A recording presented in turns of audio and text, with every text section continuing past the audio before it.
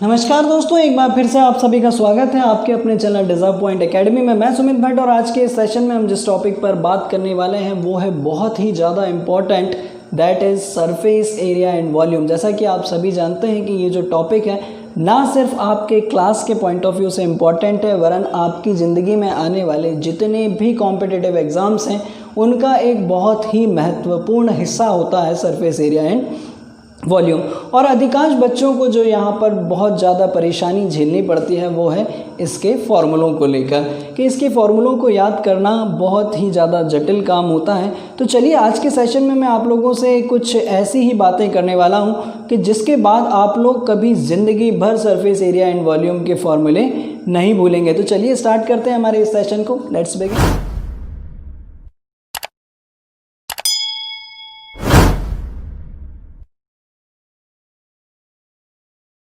चलिए, तो इस सेशन को स्टार्ट करने से पहले यदि अगर मुझे बात करनी है सरफेस एरिया एंड वॉल्यूम की, सरफेस एरिया एंड वॉल्यूम, तो सबसे पहली ही टर्म जो मेरे दिमाग में आती है वो है हमारे पास 3 डायमेंशनल फिगर। ठीक है, अब ये 3 डायमेंशनल फिगर क्या होता है इनको ज़रा बहुत ध्यान से समझना। उससे पहले यदि अगर मैं कुछ 2 डायमेंशनल फिगर की बात कर लूँ आप लोगों से, जैसे ट्राइंगल, सर्कल, रेक्टेंगल, तो ये वो फिगर्स हैं जो जैसे होते हैं मैं वैसा का वैसा इनको ड्रॉ कर पा रहा हूँ। मेरे कहने का मतलब ज़रा बहुत ध्यान से समझिएगा। ट्राइंगल ऐसा ही होता है और मैं इसको इसीलिए इसे यहाँ पर ड्रॉ कर पा रहा हूँ। सर्कल हमारे पास कुछ इसी तरीके से होता है, मेरी थोड़ी सी ड्राइंग ख़राब है लेकिन आप लोग मान लीजिएगा, ठीक है। सर्कल जो इसी तरीके से होता है, एग्जैक्टली ऐसे ही होता है और मैं इसको यहाँ पर एग्जैक्टली ड्रॉ कर भी पा रहा हूँ। रेक्टेंगल ऐसा ही होता है, लेकिन जब कभी अगर मैं आपसे बात करूँ कि ये जो है ये क्यूबॉइड है, तो दरअसल क्यूबॉइड ऐसा नहीं होता है। मैं केवल आपको यहाँ पर इमेजिन करवा पा रहा हूँ कि ये एक क्यूबॉइड है। ऐसा क्यों हो रहा है? क्योंकि मेरा जो बोर्ड है वो 2 डायमेंशनल है और ये जो फिगर है ये 3 डायमेंशनल है। अगर मैं बोलूँ आप लोगों से कि ये एक क्यूबॉइड है, इसकी 6 फेसेस हैं, ये एक ऊपर है, एक नीचे है, एक साइड में, एक इसके सामने, एक इसके पीछे और एक इसके सामने है, तो ये केवल एक इमेजिनेशन है। इमेजिनेशन क्यों है? क्योंकि मैं इस 2 डायमेंशनल स्पेस पर, 2 डायमेंशनल प्लेन पर 3 डायमेंशनल फिगर कभी एग्जैक्टली ड्रॉ नहीं कर सकता। मैं केवल लोगों को इमेजिन करवा सकता हूँ। ऐसा क्यों होता है? क्योंकि यदि अगर मैं बोर्ड्स की बात कर लूँ तो मेरे पास यहाँ पर केवल 2 ही डायमेंशंस हैं। क्या क्या? एक इसकी लेंथ और एक इसकी ब्रेथ।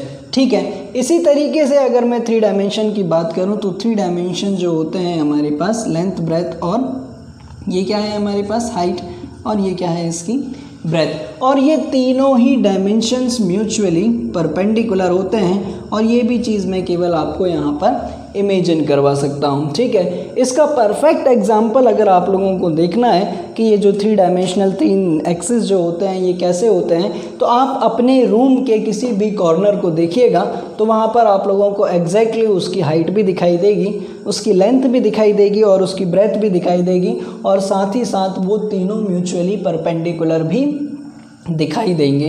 ठीक है, तो 3 डायमेंशनल फिगर्स क्या होते हैं? ऐसे फिगर्स जिनके अंदर 3 डायमेंशंस होते हैं और वो तीनों ही डायमेंशंस कैसे होते हैं?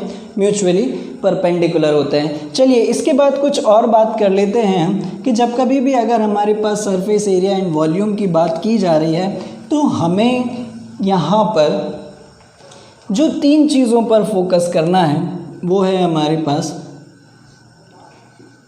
कर्व्ड सरफेस एरिया,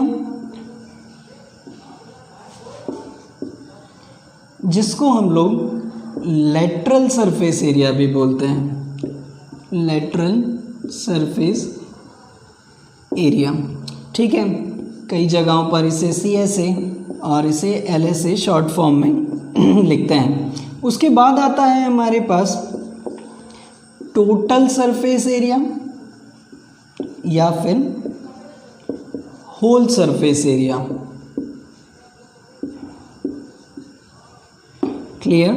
और इसको हम शॉर्ट में TSA या फिर W ऐसे बोलते हैं। और इसके बाद यदि अगर मैं बात करूं तो वो है हमारे पास वॉल्यूम और कैपेसिटी, और वॉल्यूम को V से डिनोट किया जाता है। तो सबसे पहले ये जान लेना बहुत ज़रूरी है कि ये तीनों जो टर्म्स हैं ये क्या होती हैं। मैं यदि अगर किसी एक फिगर को लेकर इन तीनों टर्म्स की बात कर लूँ तो सबसे पहले मैं बात करता हूँ कर्व्ड सरफेस एरिया की। तो कर्व्ड सरफेस एरिया क्या होता है, किसी भी फिगर का उसकी सराउंडिंग का area excluding its top and bottom, यानी कि उसके टॉप और बॉटम सरफेस का एरिया हटा दिया जाए तो उसके सराउंडिंग में जितना भी एरिया होता है वो कहलाता है उसका कर्व्ड सरफेस एरिया। और उसी कर्व्ड सरफेस एरिया में यदि अगर मैं टॉप और बॉटम सरफेस का एरिया भी इंक्लूड कर दूं तो वो कहलाता है हमारे पास टोटल सरफेस एरिया या फिर होल सरफेस एरिया। वॉल्यूम की अगर मैं बात करूं तो कोई भी 3 डायमेंशनल फिगर जिस भी पर्टिकुलर चीज़ के लिए बना गया है तो उसकी जो मैक्सिमम कैपेसिटी होती है वही उसका वॉल्यूम होता है। फॉर एग्जांपल कि यदि अगर मेरे पास कोई एक वाटर बॉटल है और उसके अंदर 1 लीटर पानी ही आ सकता है तो उसकी कैपेसिटी कितनी है 1 लीटर, तो उसका वॉल्यूम कितना हो जाएगा 1 लीटर। फॉर एग्जाम्पल यदि अगर मैंने एक क्लासरूम बनाया और उसकी मैक्सिमम कैपेसिटी उसके अंदर 50 स्टूडेंट्स बैठ सकते हैं तो उसका वॉल्यूम क्या हो जाएगा 50 स्टूडेंट्स। ठीक है, तो वॉल्यूम क्या होता है ये भी चीज़ आप लोगों को बहुत अच्छे से समझ में आई होगी। अब यहाँ पर हम बात कर लेते हैं कि कौन कौन से फिगर्स हमें इसमें पढ़ने हैं। तो सबसे पहले यदि अगर मैं बात कर लूँ तो वो है हमारे पास cuboid, then cube, then cylinder. उसके बाद हम बात करें तो वो है हमारे पास कोन, देन स्फीयर। स्फीयर के बाद आता है हेमिस्फीयर, और हेमिस्फीयर के बाद आखिरी बचता है हमारे पास फ्रस्टम ऑफ कोन। मैं उम्मीद करूंगा कि आप लोगों के लिए ये सारे फिगर्स कुछ नए नहीं होंगे, और अगर हैं भी तो कोई चिंता की बात नहीं है, हम इन सारे फिगर्स पर डिटेल में डिस्कशन करने वाले हैं। तो चलिए आगे बढ़ते हैं और स्टार्ट करते हैं इनके फॉर्मूलेज के बारे में। और यकीन मानिएगा यदि अगर आप मेरे साथ शुरू से लेकर अंत तक बने रहें तो मैं कभी ज़िंदगी भर आप लोगों को ये फॉर्मूले भूलने नहीं दूंगा। ठीक है, तो ज़रा बहुत ध्यान से समझिएगा। सबसे पहले ही फिगर की यदि अगर मैं बात कर लूँ आप लोगों से तो ये है मेरे पास क्यूबॉइड। ठीक है, क्यूबॉइड कुछ इस तरीके से होता है।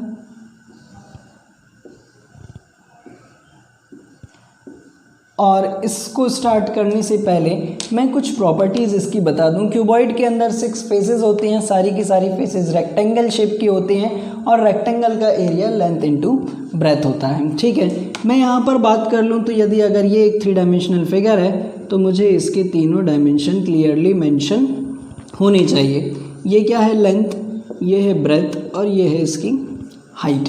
अब मैं यदि अगर आप लोगों से बात करूं इसके CSA के बारे में, ठीक है, बहुत ध्यान से समझना, और एक बार आप अगर समझ पाए तो फिर कभी ज़िंदगी भर नहीं भूलेंगे। ठीक है, मैं आप लोगों से यदि अगर बात कर लूं कि यदि अगर मुझे इसका CSA कैलकुलेट करना है तो मुझे ये मालूम है कि इसका CSA निकालने के लिए मुझे इसकी सराउंडिंग का एरिया निकालना है। सराउंडिंग का एरिया यानी कि इसके आजू बाजू में जो 4 वॉल्स हैं उनका एरिया मुझे यहाँ पर कैलकुलेट करना है। और 4 वॉल्स में हमें एक्सक्लूड क्या करना है, टॉप और बॉटम। टॉप और बॉटम को इंक्लूड नहीं करना है। ठीक है, तो देख लेते हैं हमारे पास कौन कौन सी 4 वॉल्स हैं।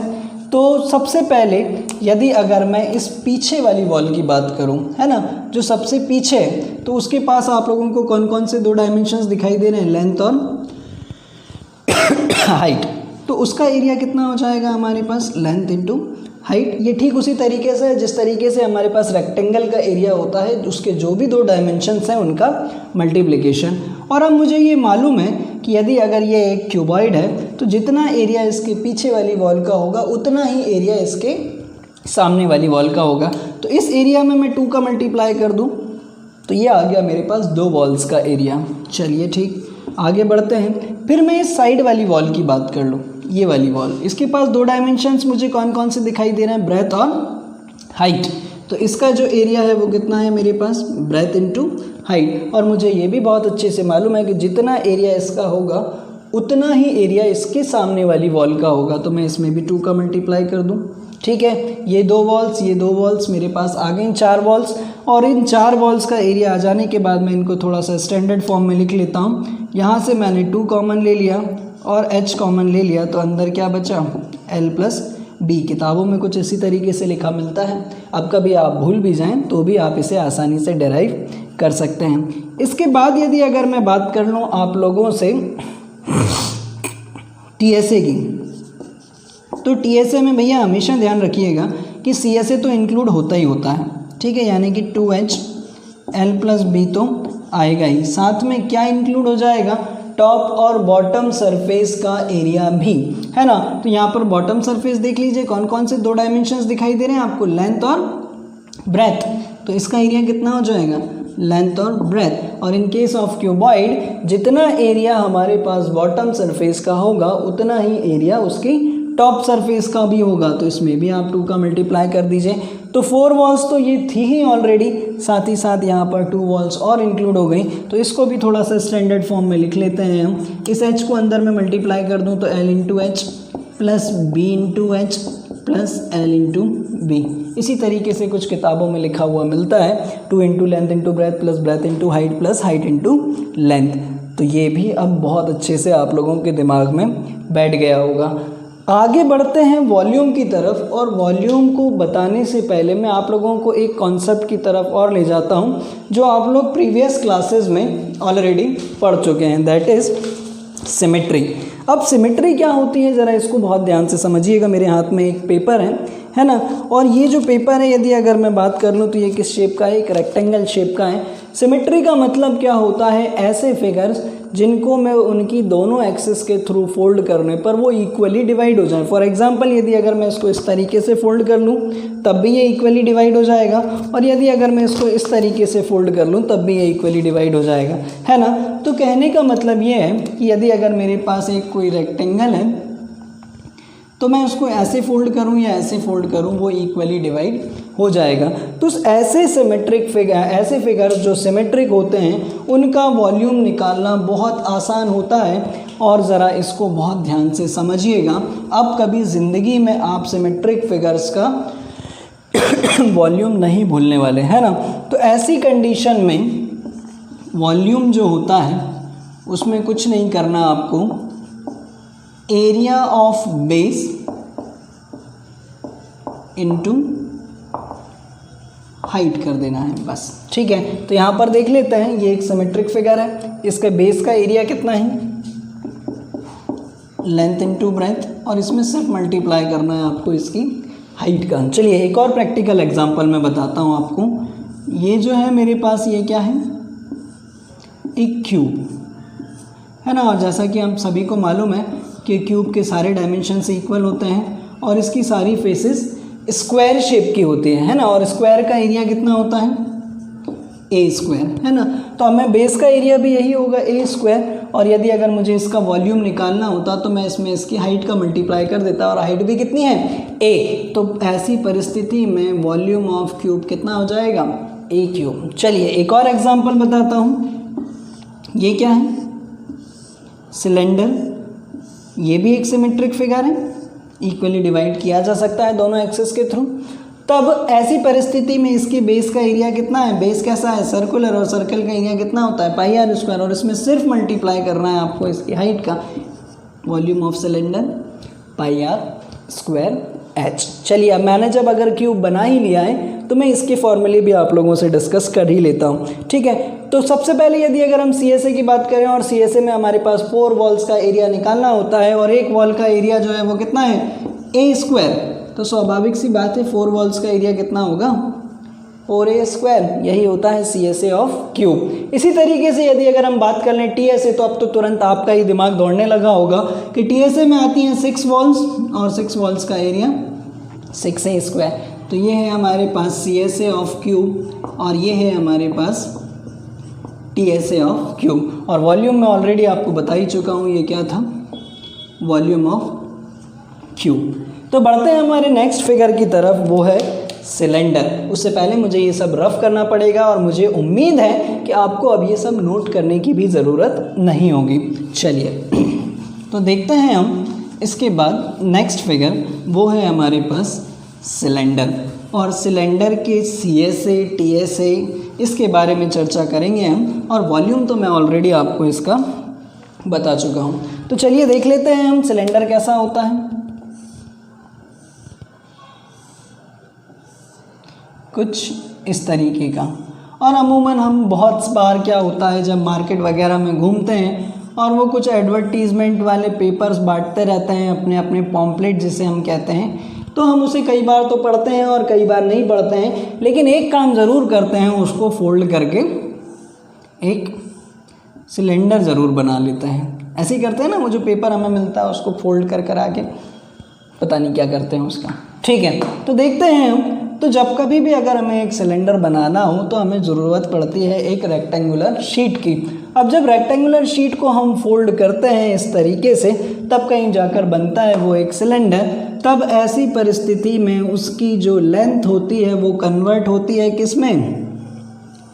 सर्कुलर पार्ट में, दैट इज सर्कमफेरेंस 2πr। और इसका जो सराउंडिंग है वो कहाँ तक जाता है? जितनी उसकी हाइट होती है, यानी कि सिलेंडर की हाइट। सिलेंडर का कर्व कैसा बनता है? जितना भी उसका आउटर एरिया होता है उसमें क्या होती है? सर्कमफेरेंस और उसकी हाइट। तो आप सिर्फ मल्टीप्लाई कर दें इसमें इसकी हाइट का, that is CSA of cylinder. और जब आपको किसी भी चीज़ का CSA मालूम हो तो TSA में तो कोई दिक्कत होती ही नहीं है। हमें CSA तो इंक्लूड करना ही करना है, साथ ही साथ टॉप और बॉटम का एरिया भी इंक्लूड करना है। और इसकी टॉप और बॉटम दोनों ही सरफेसेस सर्कुलर हैं, और सर्कल का एरिया कितना होता है? πr²। क्योंकि दो सरफेसेस हैं तो मैं यहाँ पर 2 का मल्टीप्लाई कर दे रहा हूँ, तो 2πrh + 2πr²। इन दोनों में से 2πr कॉमन निकाल लिया, अंदर बचा h + r, that is the TSA of cylinder.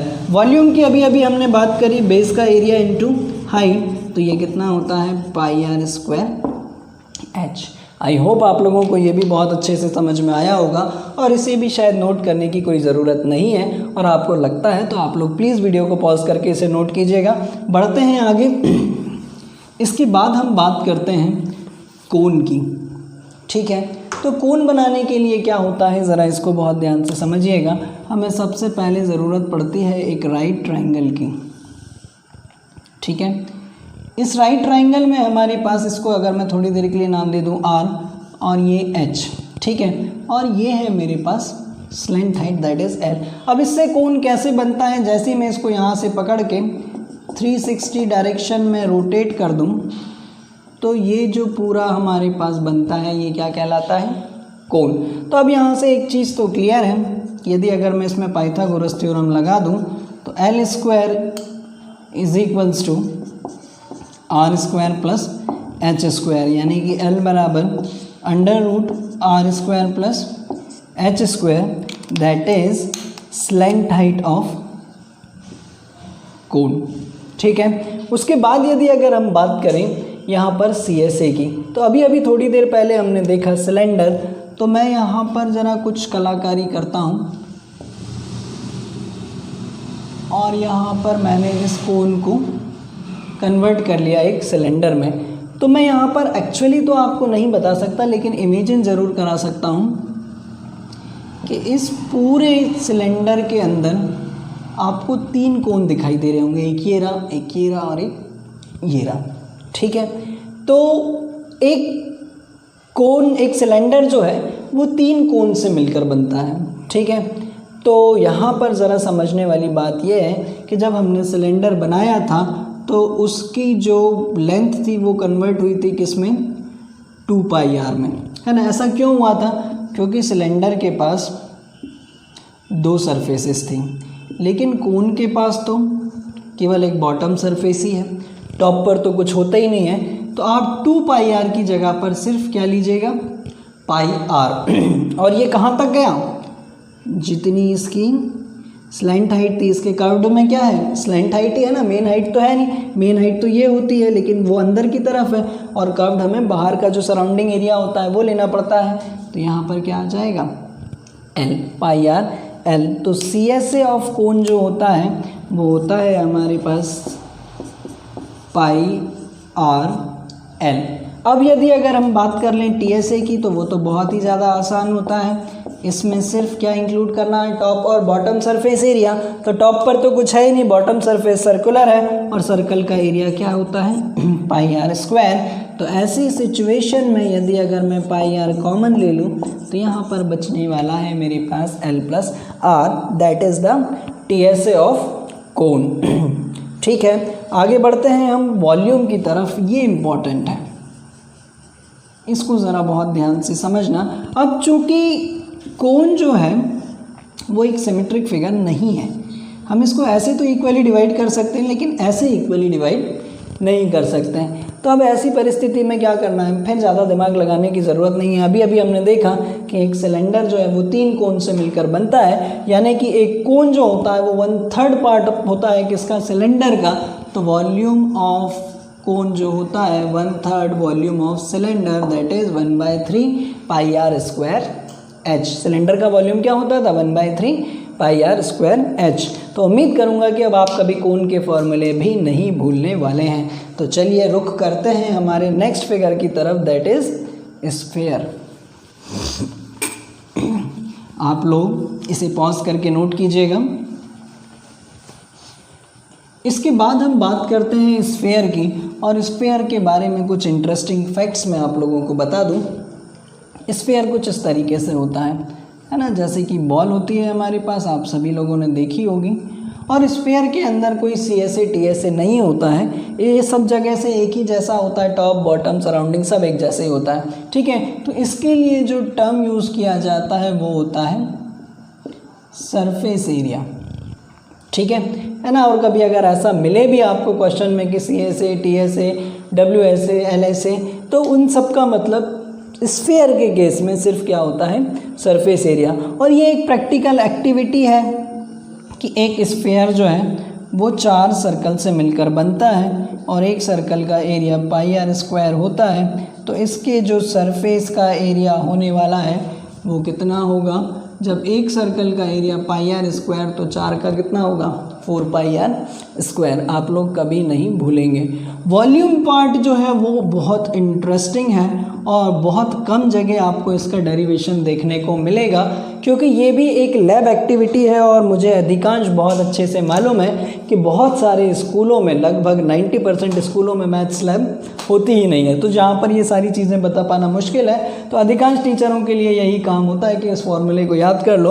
और जो क्लास में एक आधा लाइट बच्चा होता है, कभी पूछ भी लेता है कि ये कहाँ से आता है, तो टीचर्स का बड़ा साधारण सा जवाब होता है, बेटा ये इंपॉर्टेंट नहीं है, आप तो याद कर लो, है ना। लेकिन यहाँ पर भी आपको याद करने की ज़रूरत नहीं है। स्फीयर जो होता है वो प्रैक्टिकली 2 सेम हाइट और 2 कोन के वॉल्यूम के बराबर होता है। कैसे, ज़रा बहुत ध्यान से समझना। सपोज़ मैंने यहाँ पर मान लिया कि इसकी जो हाइट है वो कितनी है, मैं यहाँ पर कहीं पर मेंशन कर ले रहा हूँ। इनकी जो हाइट है वो कितनी है, h, और इनकी जो रेडियस है वो कितनी है, r। ठीक है, और यहाँ पर भी आप देख लें तो इसकी जो रेडियस है वो भी कितनी है, r, और इसकी जो हाइट है ना, ये जो हाइट टर्म है आपको बहुत कम जगह सुनने को मिलेगा, लेकिन आपके पास दिमाग है तो आप बता सकते हैं, ये भी r और ये भी r। तो इसकी जो हाइट होने वाली है वो कितनी हो जाएगी, h बराबर 2r। क्लियर। अब मुझे इसका वॉल्यूम तो नहीं पता, लेकिन इन दोनों के वॉल्यूम मुझे पता थे, जो कितने होते हैं 1/3 pi are square H plus 1/3 pi are square H. मैंने अभी अभी बताया कि एक स्फीयर का जो वॉल्यूम होता है वो 2 सेम हाइट और 2 सेम रेडियस वाले कोन के वॉल्यूम के सम के बराबर होता है। जब इसकी हाइट भी इसके बराबर है और इसकी हाइट किसकी बराबर है, 2r की, तो मैंने यहाँ से क्या कर लिया, 1/3 पाई आर स्क्वायर h की जगह पर क्या रख लिया, 2r, और यहाँ पर भी 1/3 पाई आर स्क्वायर और इसकी जगह पर क्या रख लिया मैंने, 2r। ठीक है, तो ऐसा करने पर ये हो जाएगा 1/3 मिलकर कितना होगा, 2/3 पाई, ये 2r क्यूब और ये 2r क्यूब दोनों मिलकर कितना हो जाएगा, 2r क्यूब। ये कॉमन पार्ट है क्योंकि, ठीक है, पाई 2r क्यूब ये कॉमन पार्ट था, है ना। बस क्या ऐड हुआ, 1/3 प्लस 1/3, तो ये दोनों मिलकर कितना हो जाएगा 2/3 पाई इंटू 2r³। इस 2 को इससे मल्टीप्लाई कर दूँ मैं तो 4/3 पाई r³। This is the volume of sphere. ठीक है, इस तरीके से डिराइव किया जाता है पूरा वॉल्यूम ऑफ स्फीयर। चलिए आगे बढ़ते हैं हेमिस्फीयर की तरफ। और आप सभी जानते हैं कि हेमिस्फीयर जो है वो जस्ट हाफ होता है किसका, स्फीयर का। लेकिन यहाँ पर एक डिफरेंट चीज़ ये है जो इसको स्फीयर से डिफरेंट बनाती है, इसका CSA TSA होता है। क्यों होता है ज़रा बहुत ध्यान से समझिएगा। आप सभी लोगों ने अपनी प्रैक्टिकल ज़िंदगी में लेमन काटा होगा, तो लेमन को जैसे ही काटो, लेमन स्टार्टिंग में कैसा होता है, स्फेरिकल शेप का, और जैसे ही काटो तो हेमिस्फीयर बन जाता है। तो जैसे ही काटा तो उसकी टॉप सरफेस जनरेट हो जाती है जो कैसी होती है, सर्कुलर। क्लियर है ना। तो ऐसी परिस्थिति में इसका CSA होगा और ये जस्ट हाफ होता है किसके, स्फीयर के सरफेस एरिया के बराबर। वो होता था 4πr², तो ये हो जाएगा 2πr²। ठीक है, अब जैसा कि मैंने आपको बताया कि इसकी एक सर्कुलर सरफेस और जनरेट हो गई है, यानी कि इस 2πr² में क्या और ऐड होने वाला है, πr²। तो ये हो जाएगा हमारे पास 3πr²। और इसका जो वॉल्यूम होता है ये जस्ट हाफ होता है किसके, स्फीयर के वॉल्यूम के बराबर। तो 4/3 का हाफ 2/3πr³। तो ये थे हमारे पास सारे फॉर्मूले। इसके बाद जो फ्रस्टम पार्ट है उसका मैं सेपरेट वीडियो बनाकर आप लोगों के साथ शेयर करूंगा। तो उम्मीद करूं कि ये जो फॉर्मूले हैं अब आप कभी ज़िंदगी में नहीं भूलने वाले हैं। बस कोशिश ये कीजिएगा कि पूरे वीडियो को एक बार शुरुआत से लेकर आखिरी तक बहुत अच्छे से देखिएगा। उम्मीद करूंगा कि मेरा ये वीडियो आप लोगों को पसंद आया होगा, और पसंद आया हो तो प्लीज़ इसे लाइक और शेयर करना मत भूलिएगा। और आप लोग अगर मेरे चैनल पर नए हैं तो प्लीज़ मेरे चैनल को सब्सक्राइब कर दीजिएगा, ताकि इसी तरीके के इंटरेस्टिंग वीडियोस का नोटिफिकेशन आप लोगों तक सबसे पहले पहुंचता रहे। तो मिलते हैं कुछ इसी तरीके के हमारे पास लेटेस्ट टॉपिक्स पर। तब तक के लिए आप लोगों का बहुत बहुत धन्यवाद।